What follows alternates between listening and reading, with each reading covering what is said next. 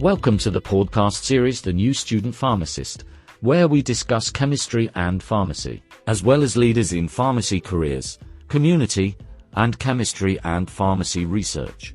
We encourage you to support the work we are doing and follow us on Spotify and Apple Podcasts by subscribing for free.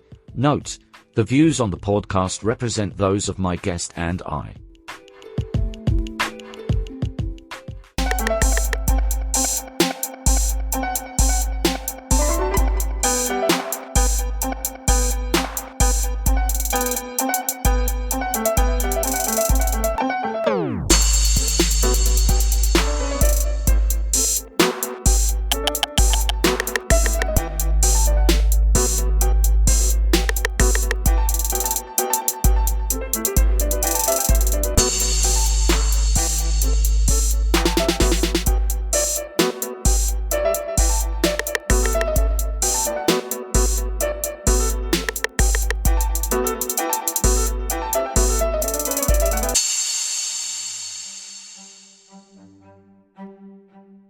Purpose of these episodes not at all for advice or medical suggestions.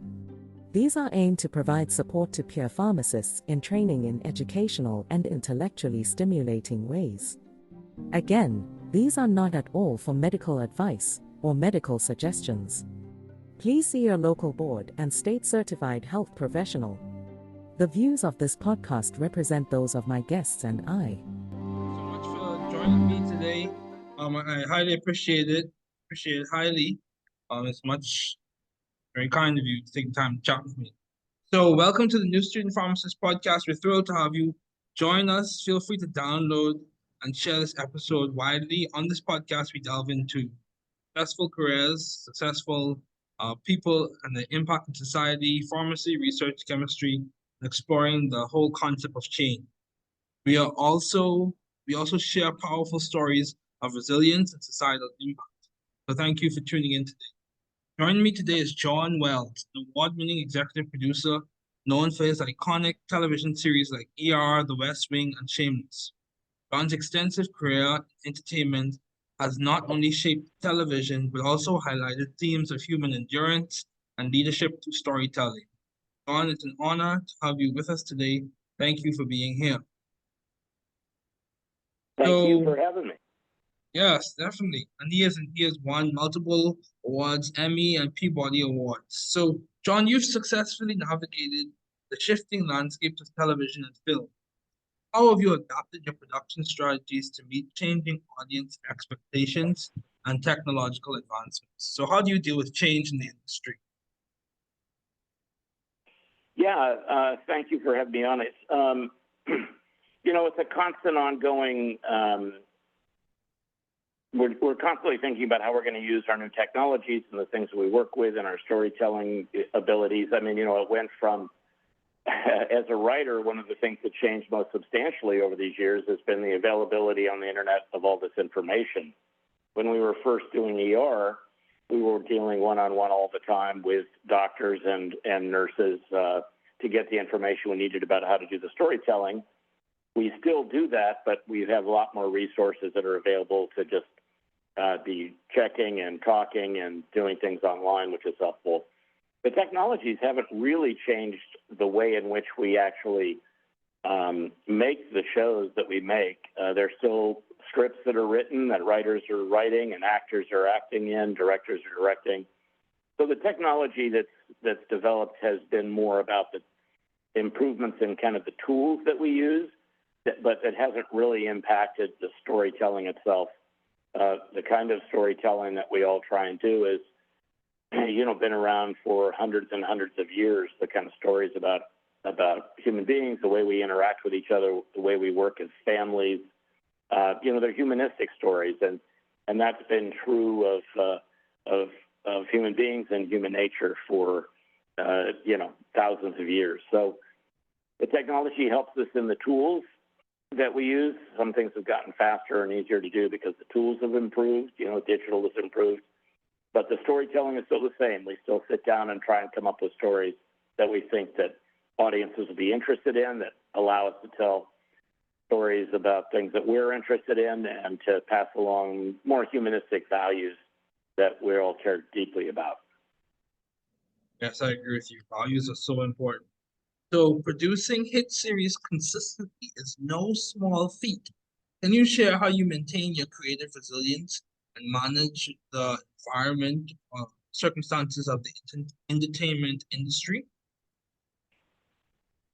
Well, I think a lot of what that has to do with is working with good people. I would say that I spend as much time trying to find the people that we get to work with who have ideas and interesting experiences in our own lives that they can bring to these shows, and then trying to put together groups of people teams that can create together.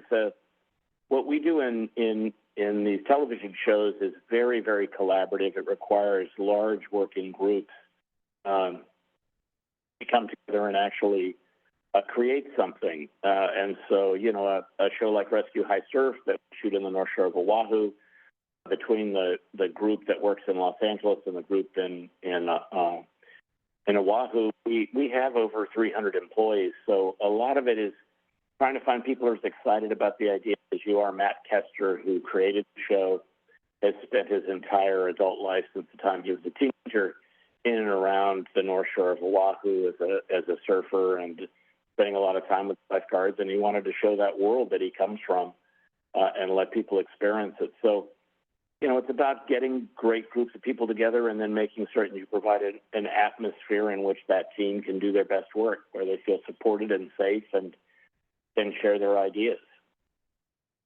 Okay, yeah, that's very good. I agree with you. Teamwork is so important, and collaboration with strategy works well to achieve.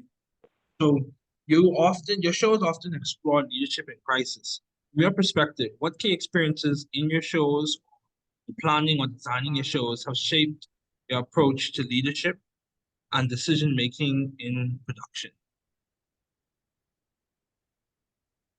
Well, a lot of what you're trying to provide in leadership is listening and not trying to only put forward your own ideas and thoughts. And so, I have strong opinions and strong ideas, but I'm really interested in what other people's opinions are from their own experiences, because television shows in particular it's very difficult for it to simply be one person's point of view. We're going to do a lot of stories. We did 19 episodes of Rescue High Surf this year. That's, something around, 1,000 pages worth of writing.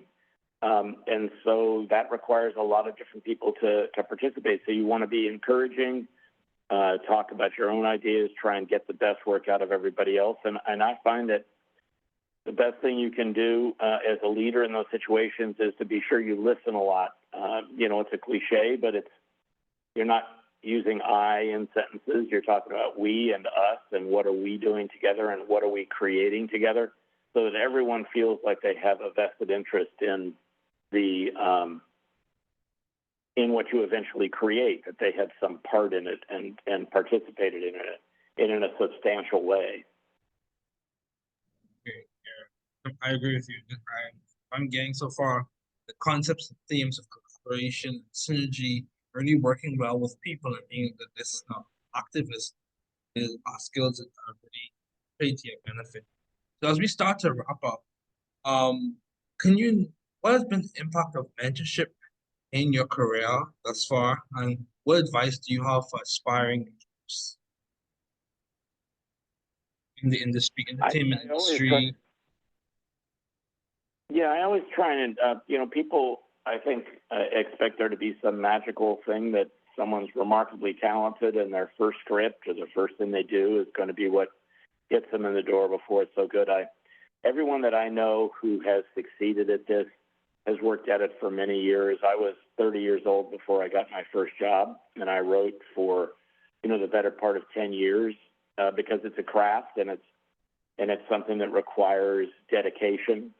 I always like to remind people that when I got my first job, if you took all the scripts that I had written and put them on the floor beside my chair, they were about 18 inches thick worth of scripts. And that's because it's a craft. It just takes a while to get really good at it. So it's discipline to be able to do it because you're going to have to make a living doing something else at the same time while you pursue that career when you're not getting paid to do it.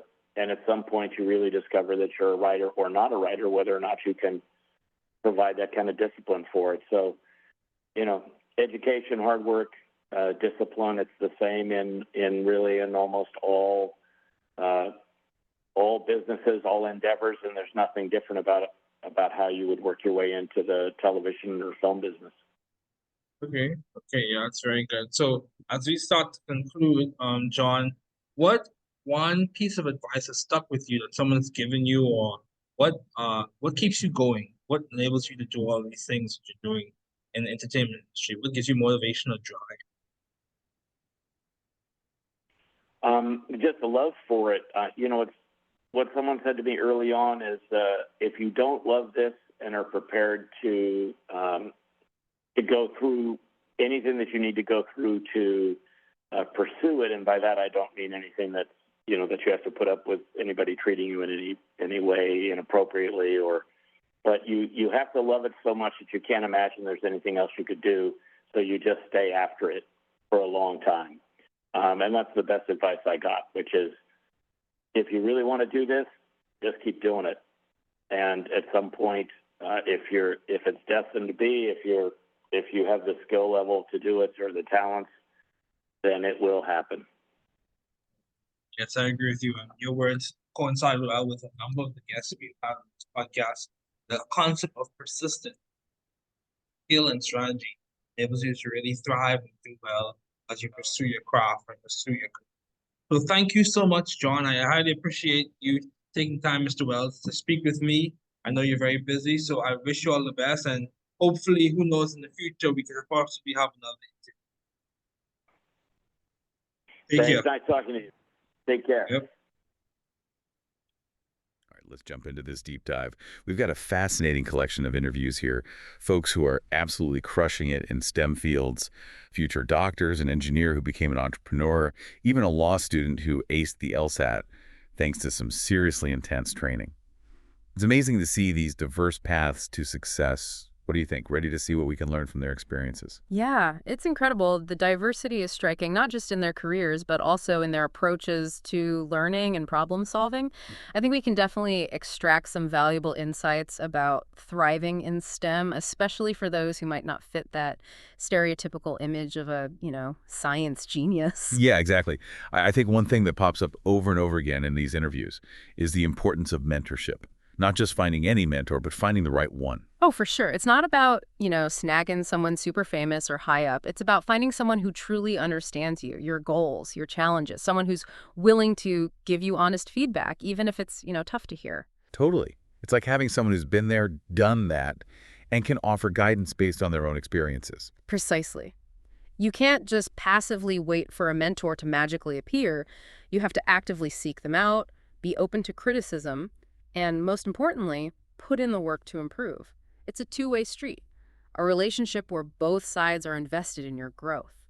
Speaking of putting in the work, one of the interviews that really stuck with me was that law student at Howard. His professor was ridiculously meticulous about writing, even down to the spacing after periods. But he says that's exactly what helped him crush the LSAT and get into law school. Right. It's a perfect illustration of pushing past your comfort zone and embracing those high standards. And we see that same dedication reflected in a lot of these interviews. Totally. The student athletes, for example, they were all about seeking advice from coaches and former players. That anesthesiology resident, he found incredible mentors within his residency program. And let's not forget that engineer turned entrepreneur, he really emphasized finding mentors who had walked a similar path, who had faced those same entrepreneurial challenges. It's invaluable to have someone who can share those insights, who's been there and done that. Absolutely. It's like having a roadmap helping you avoid those potholes that others have already encountered. Now, another thing that really stood out to me is that book smarts alone aren't enough to succeed in STEM. Oh, absolutely. These interviews are filled with examples of creative problem solving, of thinking outside the box, especially when traditional methods just don't cut it. I love that story about the MD PhD student who learns best visually. He uses diagrams and pictures to memorize complex medical conditions. It's like he's creating his own visual language for understanding the human body. That's brilliant. And it speaks to a crucial quality for STEM success: adaptability. The scientific world is always evolving, so you need to be comfortable with ambiguity, willing to experiment with different approaches, and able to learn from your mistakes. Speaking of mistakes, I think this next part is where things get really interesting. These are all super high achievers, right? Yeah. But they're so refreshingly honest about the struggles they've faced. Right. It's so important to hear that. Imposter syndrome, isolation, feeling overwhelmed by information overload. They've been through it all. But what sets them apart is their resilience. They didn't let those challenges define them. They found ways to bounce back, learn from those experiences, and keep moving forward. Exactly. It completely shatters that myth that you have to be some sort of genius to thrive in STEM. It's about hard work, dedication, and that ability to pick yourself up after setbacks. And a lot of it comes down to passion too, right? These individuals have a genuine love for their fields, and that passion fueled their persistence. It helped them push through those tough times. Oh, absolutely. Having that fire in your belly, that deep-seated passion for what you're doing, that's what keeps you going when things get tough. And that's a theme we see woven throughout these interviews. And you know what else I found really inspiring? Their emphasis on community and building a strong support system. That's huge. It's not just about mentors. It's about peers, friends, family. Those people who believe in you, who challenge you, and who keep you grounded. Like that medical student at Augusta. She talked about how her classmates created this amazing sense of collective support, helping each other get through the tough times. That's so powerful. In fields that can be demanding and isolating, having that network of people who understand your struggles, celebrate your successes, and just make you feel like you belong, it can make all the difference in the world. And that feeling of belonging, of being part of something bigger than yourself, is what makes the journey so much more meaningful, right? Absolutely. It fosters a culture of collaboration and mutual support, which is essential for innovation and growth. It's about recognizing that we don't have to go it alone, that we're stronger together. It's a beautiful reminder that success is not just about individual achievement. It's about collective effort, shared learning, and mutual support. And that's a message that resonates far beyond the realm of STEM. It's applicable to any field, any endeavor where people are striving to achieve their full potential. I couldn't agree more. It's about building a community that fosters growth, encourages innovation, and celebrates the collective journey. And that's a message we can all take to heart. Picking up on that idea of community, I found it really interesting how many of these folks talked about their early experiences with STEM. It wasn't always like a direct line from their childhood dreams to their current careers, but you can see how those early exposures really planted some seeds. Oh yeah, for sure. I'm thinking about that MD PhD student, the one who went to all those science-focused summer camps in middle school. It's amazing to think that sparking that fascination with neuroscience way back then could lead him to where he is today. It really is. And it makes you wonder what kind of ripple effects those early experiences can have. Remember the anesthesiology resident, the one who was completely obsessed with football. Years later, that passion led him to researching concussions. That intersection of sports and medicine. It's fascinating how things connect like that, like those early interests. Even if they seem totally unrelated to a future career, they can light a fire for learning, open up a whole world of possibilities. Absolutely. And that brings up an interesting question. How can we encourage more of those early STEM experiences for kids? Exactly. If we want to see more people thriving in these fields, we need to nurture that curiosity from a young age, right? I think so. It's about showing young people how science and tech are actually used in the real world, making it relevant to their lives. And sometimes those paths take really unexpected turns, which is fine. We heard from an entrepreneur who started out thinking he was destined for a classic engineering career. Oh yeah, I remember that one. But then a co-op experience totally changed his perspective. Right. It made him realize that a typical engineering job wasn't the right fit for him. He needed more freedom, more room for that creative energy. Exactly. And I think that's such an important message. It's okay to realize something's not the right fit. It's okay to discover new passions and create a path that's truly your own. We don't have to be locked into one track forever. I love that. It's like those winding roads. You never know what amazing view or hidden gem you'll discover along the way. Careers aren't meant to be linear. They're going to be detours, unexpected opportunities, and that's a good thing. Absolutely. Those detours can lead us to destinations we never could have imagined. Speaking of which, remember the law student who discovered his true calling in a particular class? It wasn't just the subject matter. It was the professor who really pushed him to think critically, to build those rock-solid arguments and those skills. He's using them every single day now. Yeah, that's the mark of a truly great teacher.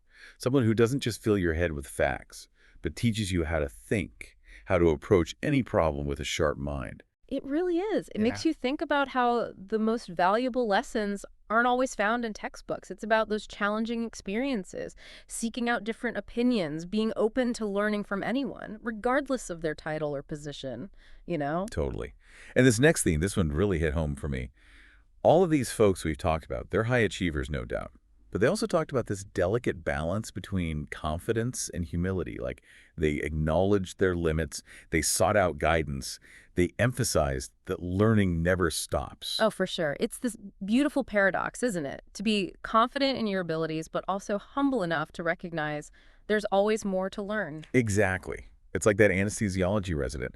He's incredibly accomplished, but he still stressed the importance of continuous learning, of constantly improving his skills and learning from his mistakes. Right. And I think it's so refreshing to hear that. We often focus on the success stories without acknowledging all the stumbles and setbacks along the way.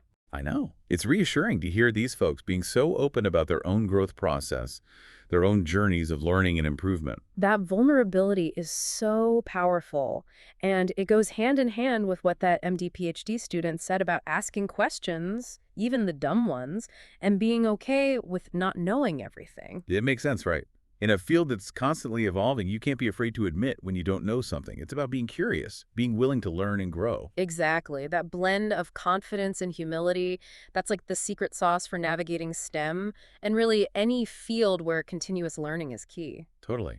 Believe in yourself, but also be open to collaboration, feedback, and that constant process of learning and improvement. Yeah. Now, this next part is where things get really exciting, at least for me. We heard a lot about finding your own style of learning and problem solving. Ah, yes. That was a recurring theme, wasn't it? It wasn't about fitting into a mold or following a set formula. It was about discovering what works best for you. Yeah, embracing your own unique strengths and figuring out how you learn and process information most effectively. It's about acknowledging that there's no one-size-fits-all approach to success. It's about finding what clicks for you, what helps you unlock your potential. It's like that MD PhD student who uses those visual aids to tackle complex medical concepts. Yeah. Or that entrepreneur who dives deep into numbers and financial data to make those strategic decisions. They're both brilliant examples of the diversity and how we learn and solve problems. And I think it's a great message, especially for young people who might feel pressured to conform to a certain way of thinking or learning, you know? Absolutely. It's a reminder that there are multiple paths to success, and it's okay to be different, to find your own way. It's about playing to your strength, finding those methods that resonate with you, and then using those to achieve your goals. Now, this next one is something I think about a lot, and I know you do too. The importance of a supportive network, both personally and professionally. Oh, yeah. That's huge. These folks weren't just talking about mentors. They were talking about surrounding yourself with people who believe in you, who challenge you, and who keep you grounded. You know, that whole support system. And it's so crucial, especially in fields that can be incredibly demanding and, let's face it, sometimes really stressful. Having that strong network, those people you can lean on, celebrate with, get real with, that's the foundation for resilience. It's what helps you weather those storms. It makes a world of difference. Remember that story from the medical student at Augusta, the one about how her classmates created this incredible support system, helping each other through all the ups and downs of med school? Oh, yeah. It's amazing how powerful that collective support can be, especially in those high-pressure environments. It really is. It fosters collaboration, empathy, that sense of we're all in this together. And I think it's something we can all cultivate, whether it's in our workplaces or communities or even our families. You know, it's about creating that culture of support and encouragement. And it's not just about receiving that support. It's about actively contributing to that community as well. Yeah. Right? Being that person who lifts others up, who who celebrates their wins, who creates a positive ripple effect. I love that. It's a pay-it-forward system where we all benefit from each other's support and encouragement. Which brings us to another really important point that came up in a lot of these interviews: embracing challenges as opportunities for growth. These folks didn't see setbacks as roadblocks. They saw them as chances to learn, adapt, and come out stronger on the other side. It's like that whole growth mindset thing, right? Embracing those challenges as part of the process, not letting them define you. Exactly. And we saw some amazing examples of that in action. Remember that entrepreneur who couldn't get a traditional loan, so he thought outside the box and borrowed from an auto body shop? He didn't let the system limit him. He found a way to make things happen. It's incredible, right? That resourcefulness, that ability to adapt and overcome. Or what about that MD PhD student who had to completely rethink his learning style to handle all that information in med school? He didn't let those challenges defeat him. He used them as fuel to grow and improve. And I think that's such a valuable lesson for all of us. Challenges aren't meant to break us, they're meant to shape us, to help us discover those hidden strengths and abilities we might not even know we have. I love that. It's about seeing those challenges as stepping stones, each one pushing us closer to our full potential. Exactly. And along those lines, another theme that really stood out to me was this idea of staying true to yourself, even when faced with pressure to conform. It's about having the courage to forge your own path, even if it means taking risks or going against the grain. It's about not being afraid to be different, to stand out, to pursue what you truly believe in, even if it's not the traditional path. Like that CEO who walked away from a comfortable corporate job to build something that's truly aligned with his values, right? Yeah. Or that MD PhD student who followed his passion for neuroscience, even though it meant a longer, more challenging educational journey. It's about knowing your values, your passions, your strengths, and then having the guts to follow them, even if it means stepping off that well-worn path. And sometimes those less traveled paths, those are the ones that lead to the most remarkable discoveries and breakthroughs, you know? You know what else really struck me? That interview with the marketing guru who stressed the importance of data and technology, even in fields that might seem offline, like that restaurant example he gave. Oh, yeah. He was talking about how even a traditional brick-and-mortar business can leverage data and tech to streamline operations and connect with customers in new ways. It's amazing, right? Like, he told this story about a restaurant that uses a simple contest to collect customer information, and then they use that data to send targeted text messages about special offers or promotions. It's brilliant. They're using those messages to fill empty tables each night. Such a simple concept, but it's so effective. And it's a great reminder that technology is constantly evolving. And those who embrace it, who find creative ways to use it to their advantage, those are the ones who are going to thrive. Exactly. It's about staying curious, experimenting with new tools, and constantly looking for those innovative solutions. Okay, back to mentorship for a minute. We heard so much about the importance of finding the right mentors, those individuals who truly get you, who offer honest feedback, and who are genuinely invested in your growth. And it wasn't just about finding someone famous or high up in your field. Right. It was about that genuine connection, that shared understanding and respect. Like that law student who credits his professor's tough but fair feedback with helping him get into law school. Or that anesthesiology resident who found mentors within his residency program who provided invaluable support and guidance as he navigated all those challenges. Those relationships really highlight the power of mentorship. It's about actively seeking out those individuals who've walked a similar path, building rapport, and being open to learning from their experiences. It's a good reminder that mentors can come from all sorts of places too, right? Professors, colleagues, people you meet through networking events, even online communities. It's about recognizing that valuable guidance and support can come from unexpected sources. Totally. And another thing that came up a lot was the importance of being proactive, of taking initiative and creating your own opportunities rather than waiting for them to just magically fall into your lap. Oh, yeah. Yeah. It's about having that agency, that drive to make things happen. Like that CEO who took a leap and started his own company after realizing he wasn't fulfilled in his corporate job. Right. Or that MD PhD student who actively sought out those research opportunities to deepen his understanding of neuroscience. Those are great examples. They didn't wait for someone to hand them an opportunity. They went out and created their own. And I think that's such an empowering message, especially for young people who might feel they have to wait their turn or follow a set path. It's about recognizing that you have the power to shape your own career, to build the future you want. And sometimes that means taking risks. stepping outside your comfort zone and blazing your own trail. Exactly. Now, I want to touch on something else that really resonated with me. That story from the student athlete who talked about the challenges of balancing academics and athletics. He learned so much about time management, discipline, and perseverance. Those skills are valuable in any field, really. Absolutely. It's amazing how those skills learned in one area of life can transfer to others. Right. And he emphasized the importance of having that strong support system, both from his family and coaches, to help him navigate the challenges and stay motivated. I think that highlights how interconnected our lives are, how success in one area often depends on that support and encouragement from others. We don't achieve anything in isolation. We need people who believe in us, who challenge us, and who help us reach our full potential. And that support can come from all sorts of places: family, friends, mentors, teachers, coaches. It's about building that network of support and recognizing that we're all in this together. Now, I want to shift gears a bit and talk about something that really resonated with me. The importance of finding your place, not just in terms of career, but in a broader sense of belonging. Remember that interview with the law student at Howard? Oh, yeah. He talked about finding that community where he felt truly accepted and valued, a place where he could thrive. It wasn't just about academics. It was about that sense of belonging, that feeling of being part of something bigger than himself. It was really powerful. He talked about how important it was for him to be in an environment where he could bring his whole self to the table, where his perspective and experiences were valued. And that sense of belonging can be so empowering, especially for those who might feel marginalized or underrepresented in certain fields. It's about creating spaces where everyone feels welcome, respected, and supported. I think it's also about aligning your values with your environment, whether it's a school, a workplace, or a community. Finding that place where you feel comfortable being yourself and where your contributions are truly appreciated. It's about finding your tribe. Exactly. Finding those people who get you, who inspire you, who challenge you to be your best self. Now, I want to touch on something that's really important, especially in today's fast-paced world: the importance of maintaining that healthy work-life balance. Yeah, it's so easy to get caught up in the hustle and grind, but neglecting our well-being ultimately leads to burnout.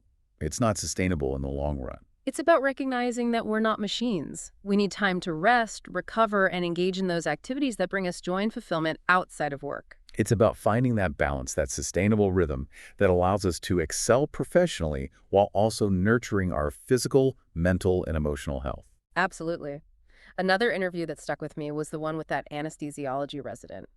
He talked about how he prioritizes sleep, exercise, and his hobbies to prevent burnout and maintain that healthy lifestyle.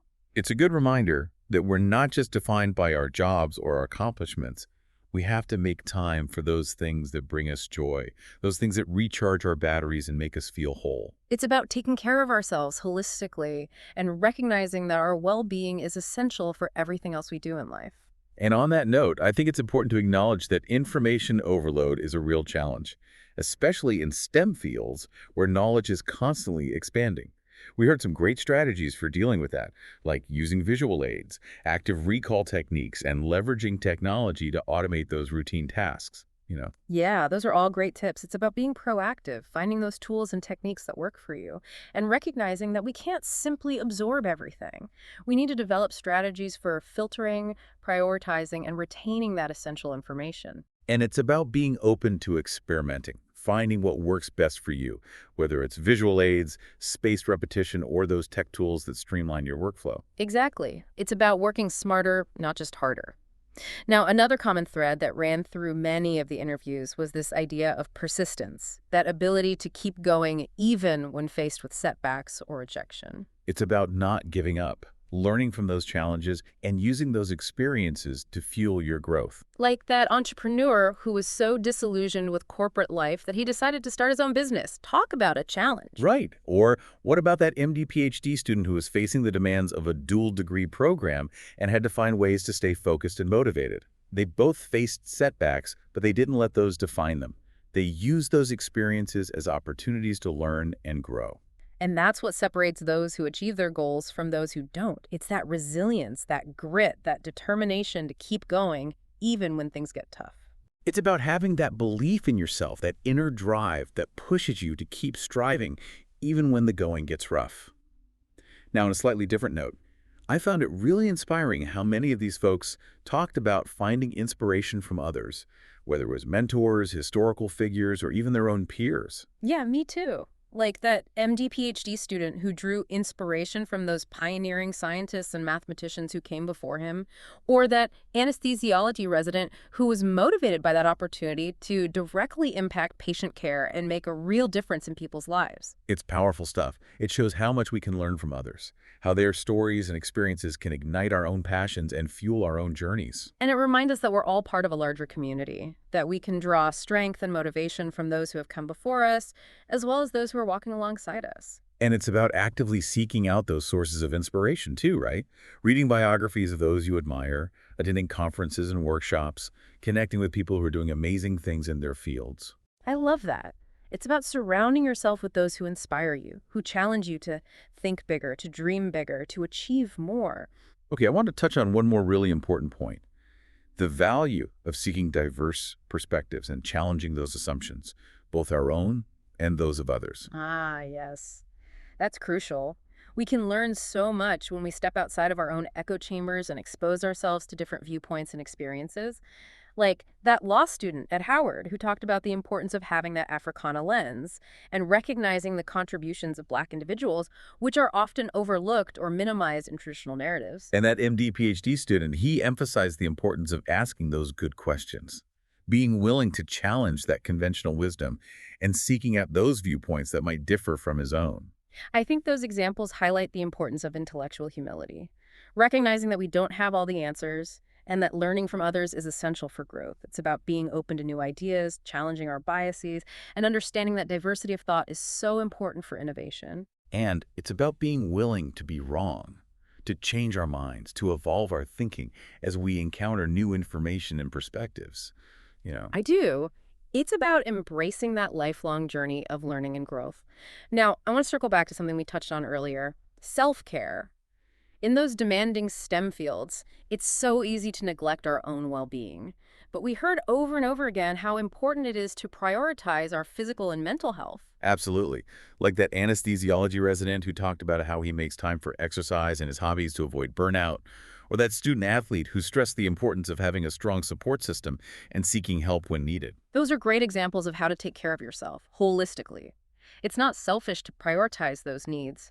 In fact, it's essential for our well-being and for our ability to show up as our best selves in all areas of our lives. It's about recognizing that we're not machines. We need time to rest, recharge, and engage in those activities that bring us joy and meaning outside of our work. And sometimes that means setting boundaries, learning to say no, and making time for those things that truly nourish our souls. So true. We have to remember that our worth isn't tied to our productivity or our achievements. We're valuable just as we are. Now, I want to highlight one more interview that really stood out to me. The one with the entrepreneur who emphasized the importance of authenticity and leading with integrity. Walking the talk and building that trust. Oh, yeah.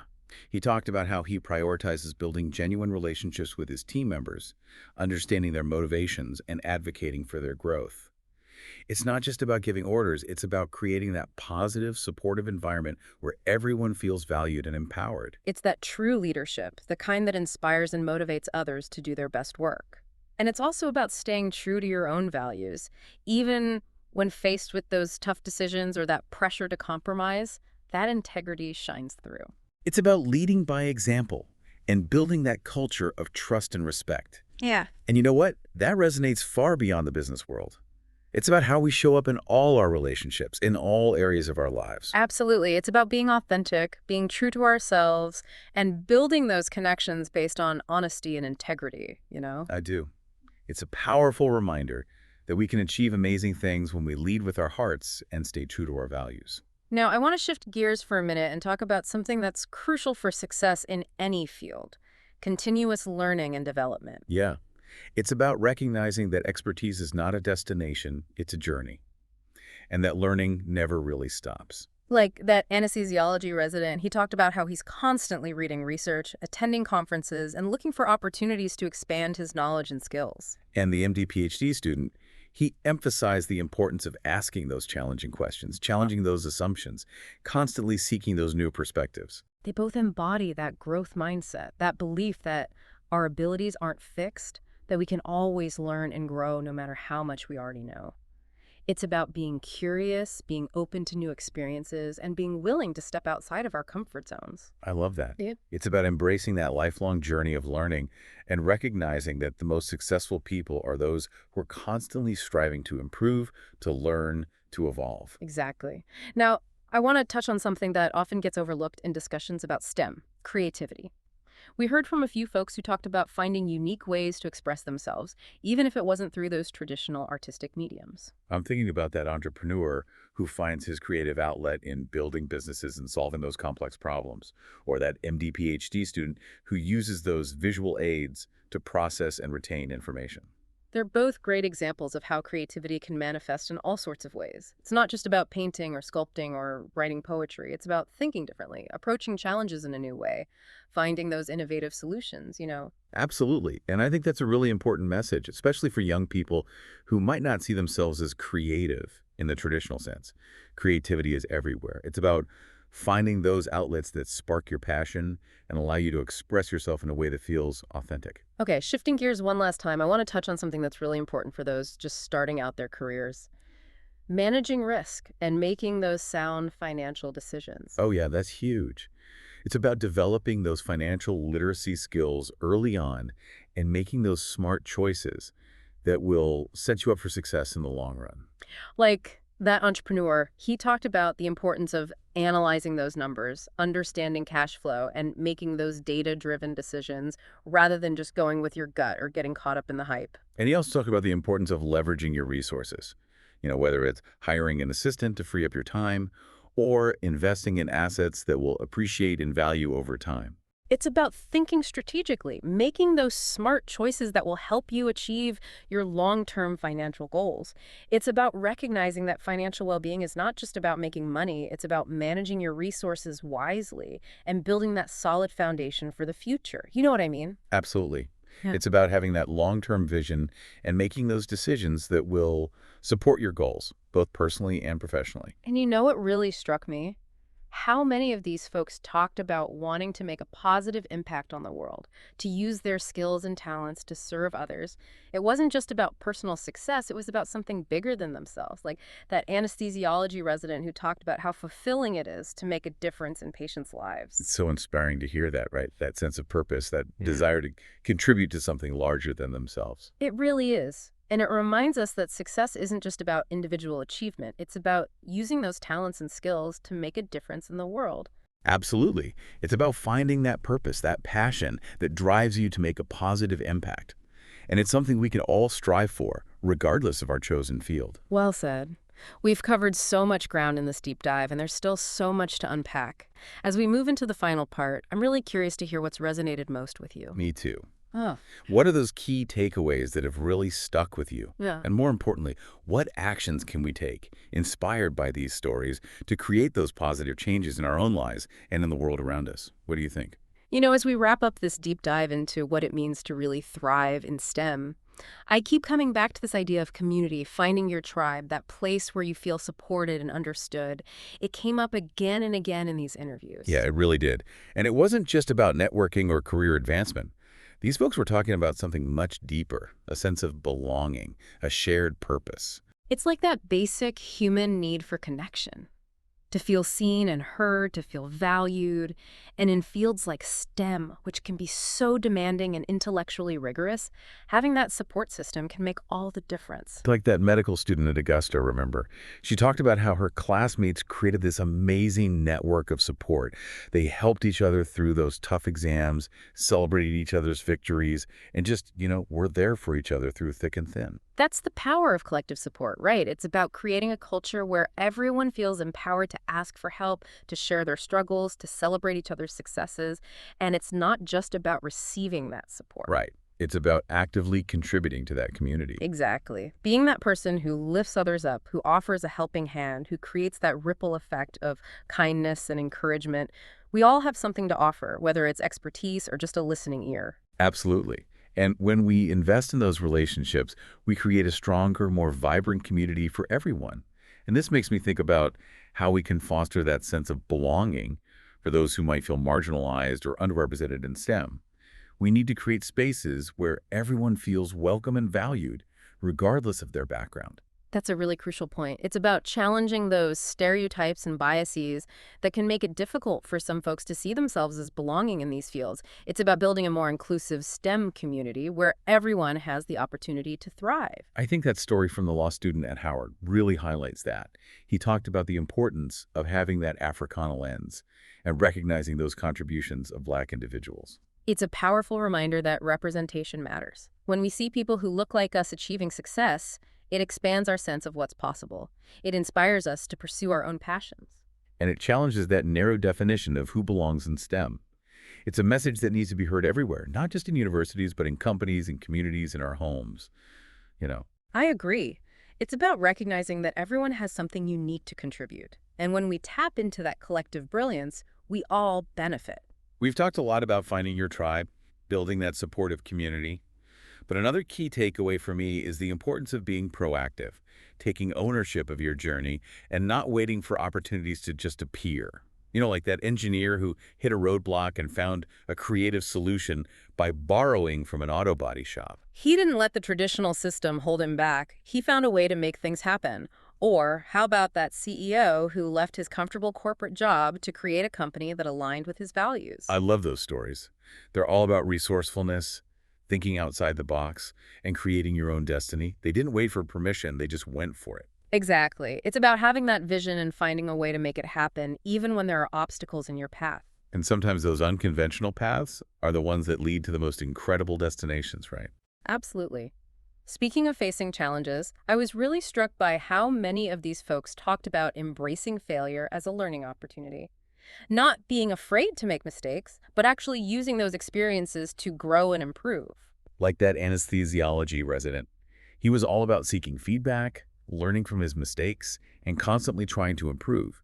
He wasn't afraid to admit when he didn't know something, and he saw every challenge as a chance to learn. And remember the MD-PhD student. He was so passionate about asking questions, even the ones that might seem silly or obvious. He knew that real learning requires humility. You have to be willing to admit when you don't know something. Like, expertise isn't about being perfect. It's about embracing that learning process, being open to feedback, and always striving to do better. And creating a culture where mistakes are seen as opportunities, not failures, where everyone feels comfortable experimenting and taking risks, Totally. And I think that's such an important message, especially in fields like STEM, where the stakes can feel so high. It's okay to not have all the answers. It's okay to stumble. What matters is that you keep learning, keep growing, keep pushing yourself. Well said. Now, it's easy to get caught up in the highlight reel of success and feel a little intimidated by all the amazing things these folks have accomplished. But what's truly inspiring is not their achievements, but their mindset, their approach to life and learning. That's what we can all learn from. That curiosity, the resilience, the dedication, the willingness to collaborate and support others.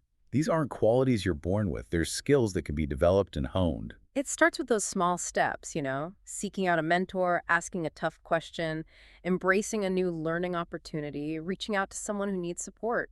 It all adds up. Those small actions create a ripple effect, not just in our own lives, but in the lives of those around us. And who knows what we can accomplish when we combine our efforts. It's pretty amazing to think about. It really is. So, as we wrap up this deep dive, I want to leave everyone with a challenge. Think about one specific action you can take this week, inspired by these interviews. What can you do to move closer to your goals, to embrace those challenges, to contribute to a more inclusive and supportive community? It's about taking those insights and turning them into action. It's about creating that positive change, not just for ourselves, but for the world around us. What legacy do you want to leave? What impact do you want to make? The journey starts now. Thanks for joining us on this deep dive. We'll see you next time. Purpose of these episodes not at all for advice or medical suggestions. These are aimed to provide support to peer pharmacists in training in educational and intellectually stimulating ways. Again, these are not at all for medical advice or medical suggestions. Please see your local board and state-certified health professional. The views of this podcast represent those of my guests and I. Thanks for listening to the podcast series The New Student Pharmacist, where we discuss chemistry and pharmacy, as well as leaders in pharmacy careers, community, and chemistry and pharmacy research. We encourage you to support the work we are doing, and follow us on Spotify and Apple Podcasts by subscribing for free.